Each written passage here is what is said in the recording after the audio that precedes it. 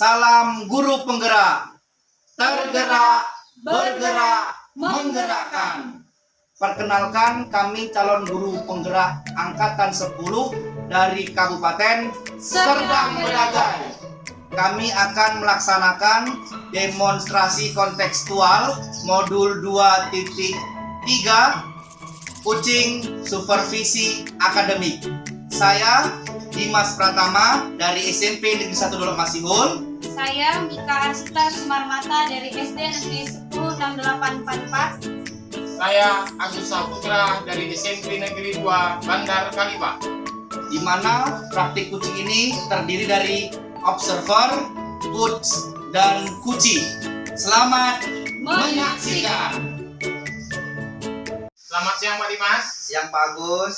Gimana kabarnya hari ini Pak Dimas? Alhamdulillah baik. Kabar Pak Agus bagaimana? Alhamdulillah saya juga dalam keadaan baik. Nah, sebelum kita melakukan kucing, sebagai awal saya akan melakukan beberapa pertanyaan pada Pak Dimas. Pertama-tama saya akan mendiskusikan tentang rubrik penilaian kita hari ini. Baik Pak. Oke. Pada kucing kita hari ini, coach dan kucing akan saya amati dan nilai sesuai dengan rubrik penilaian.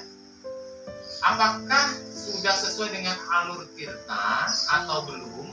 Kemudian bagaimana Pak Dimas memberikan pertanyaan yang berbobot kepada kucing, dan juga bagaimana kucing tersebut merespon apa yang menanggapi pertanyaan dari coachnya. Nah, jangan lupa yang disesuaikan dengan prinsip kucing diantaranya adalah kemitraan, proses kreatif, dan memaksimalkan potensi. Pertanyaan yang pertama akan saya tanyakan kepada Pak Dimas adalah kompetensi apa yang akan Pak Dimas kembangkan dalam kegiatan kucing ini? Kompetensi yang ingin saya kembangkan yaitu Pak, pertama kehadiran penuh, mendengarkan aktif, dan memberikan pertanyaan yang berbobot. Oke, pertanyaan kedua Pak Dimas, kompetensi mana yang Pak Dimas kembangkan secara spesifik yang ingin diobservasi? Kompetensi spesifik yang ingin saya kembangkan yaitu mendengarkan aktif dan memberikan pertanyaan yang berbobot Pak. Oke, kemudian yang terakhir Pak Dimas, indikator yang bagaimana yang diinginkan oleh Bapak dalam proses kucing kali ini? Saya ingin kucing saya ini bisa menemukan solusi dari permasalahannya atau menemukan langkah-langkah dalam mengatasi permasalahannya. Oke, baik Pak Dimas, demikian dulu ya praobservasinya kali ini. Silakan Pak Dimas melakukan kucing dengan sebaik-baiknya. Baik Pak, terima kasih untuk kesempatannya. Oke, terima kasih. Selamat siang Bu Mika. Selamat siang Pak Dimas. Ada apa Bu Mika? Kelihatannya sedang tidak bersemangat. Iya nih Pak, bolehkah saya minta waktu Bapak? Saya mau bercerita tentang apa yang saya rasakan akhir-akhir ini Pak Dimas. Baik Bu Mika, apa yang mau Ibu ceritakan? Begini Pak, akhir-akhir ini saya merasa murid-murid di kelas saya itu kurang antusias dalam pembelajaran saya. Selain itu juga jumlah murid yang mengerjakan tugas yang saya berikan hanya 50%. Jadi menurut Bu Mika, apa yang Ibu harapkan dari obrolan kita hari ini? Saya mengharapkan solusi atas permasalahan saya tentang antusiasme murid-murid yang saya ajar Pak Dimas. Menurut Bu Mika, hal apa saja yang membuat murid-murid Ibu kurang antusias dalam pembelajaran bersama Bu Mika?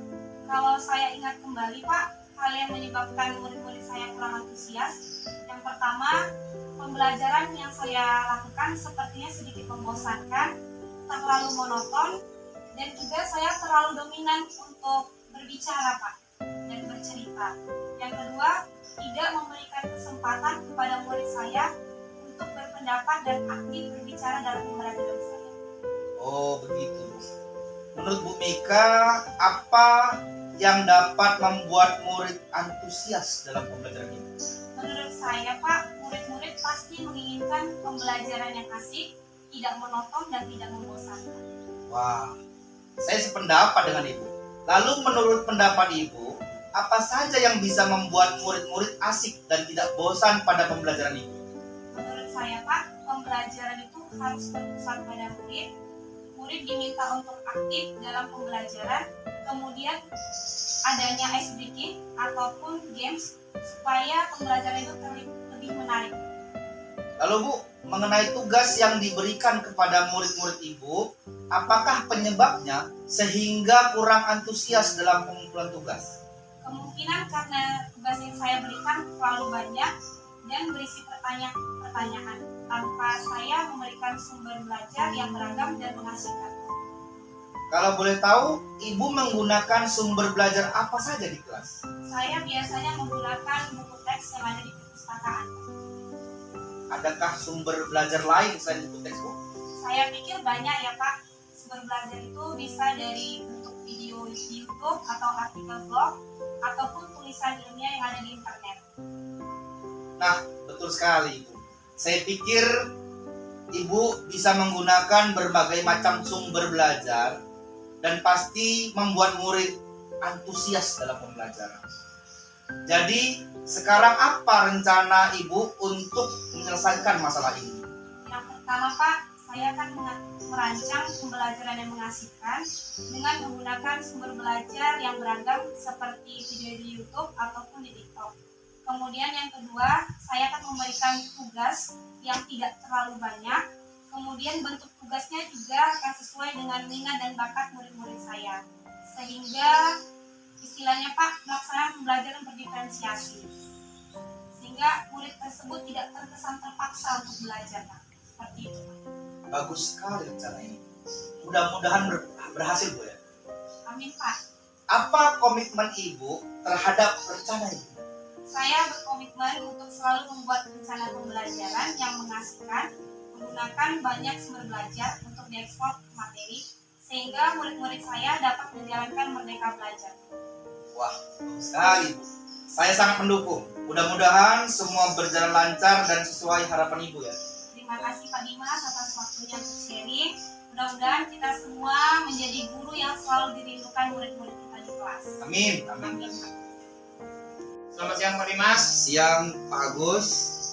Pak Dimas tadi sudah melakukan coaching ya terhadap Bu Nika dengan baik.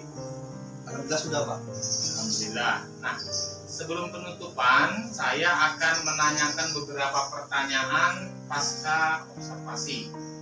Yang pertama, apa saja yang sudah Bapak lakukan pada saat melakukan coaching terkait indikator ketercapaian yang diinginkan? Di coaching ini saya sudah melakukan coaching dengan alur cerita, menanyakan tujuan, identifikasi, rencana aksi, dan tanggung jawab, sehingga alur tersebut bisa menggali kunci untuk menceritakan permasalahan dan menumbuhkan solusi-solusinya. Oke. Selanjutnya Pak Dimas, menurut saya sebagai observasi Pak Dimas, tadi proses coaching Pak Dimas dan Bu Nika sudah berjalan dengan baik.